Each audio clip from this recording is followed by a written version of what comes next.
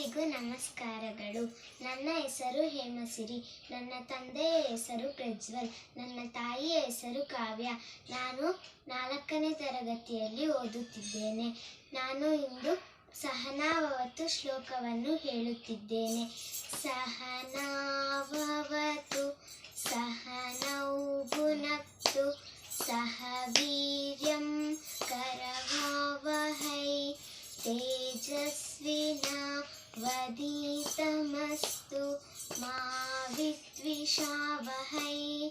ಓಂ ಶಾಂತಿ ಶಾಂತಿ ಶಾಂತಿ. ಧನ್ಯವಾದಗಳು.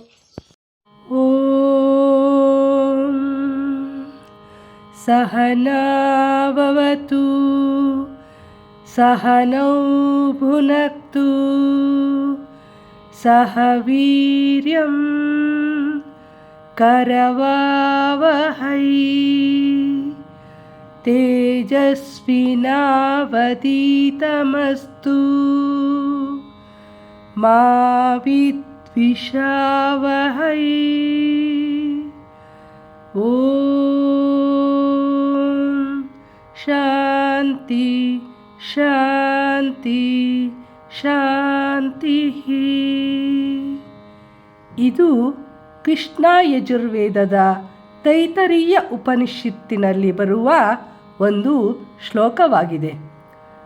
ಪ್ರತಿಯೊಬ್ಬರೂ ಒಬ್ಬರನ್ನೊಬ್ಬರು ದ್ವೇಷಿಸದೆ ಪ್ರೀತಿಯಿಂದ ಸಂತೋಷದಿಂದ ಹಂಚಿಕೊಳ್ಳುವ ಭಾವನೆ ಬೆಳೆಸಿಕೊಳ್ಳಬೇಕು. ನಾವು ಯಾವುದೇ ಕೆಲಸ ಮಾಡಿದರೂ ಜೊತೆಯಾಗಿ ಮಾಡಿದರೆ ಅದಕ್ಕೆ ಬಲ ಹೆಚ್ಚು.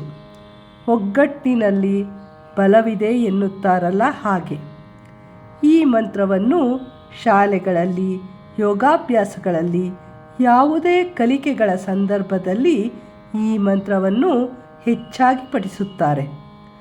ಪರಬ್ರಹ್ಮವು ನಮ್ಮನ್ನೆಲ್ಲ ರಕ್ಷಿಸಲಿ.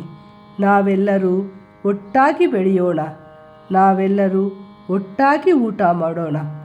ಎಲ್ಲ ಫಲಗಳನ್ನು ಒಟ್ಟಾಗಿ ಅನುಭವಿಸೋಣ.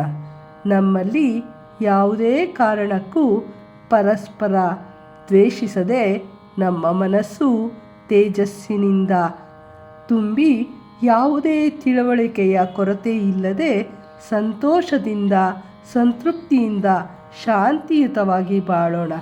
ಅಂದರೆ ಈ ರೀತಿ ಒಬ್ಬರಿಗೊಬ್ಬರು ಕಷ್ಟ ಸುಖ ಪ್ರೀತಿಯಿಂದ ನಿಸ್ವಾರ್ಥತೆಯಿಂದ ಹಂಚಿಕೊಳ್ಳುವುದೇ ಆಧ್ಯಾತ್ಮವಾಗಿದೆ, ತಪಸ್ಸಾಗಿದೆ, ಧ್ಯಾನವಾಗಿದೆ.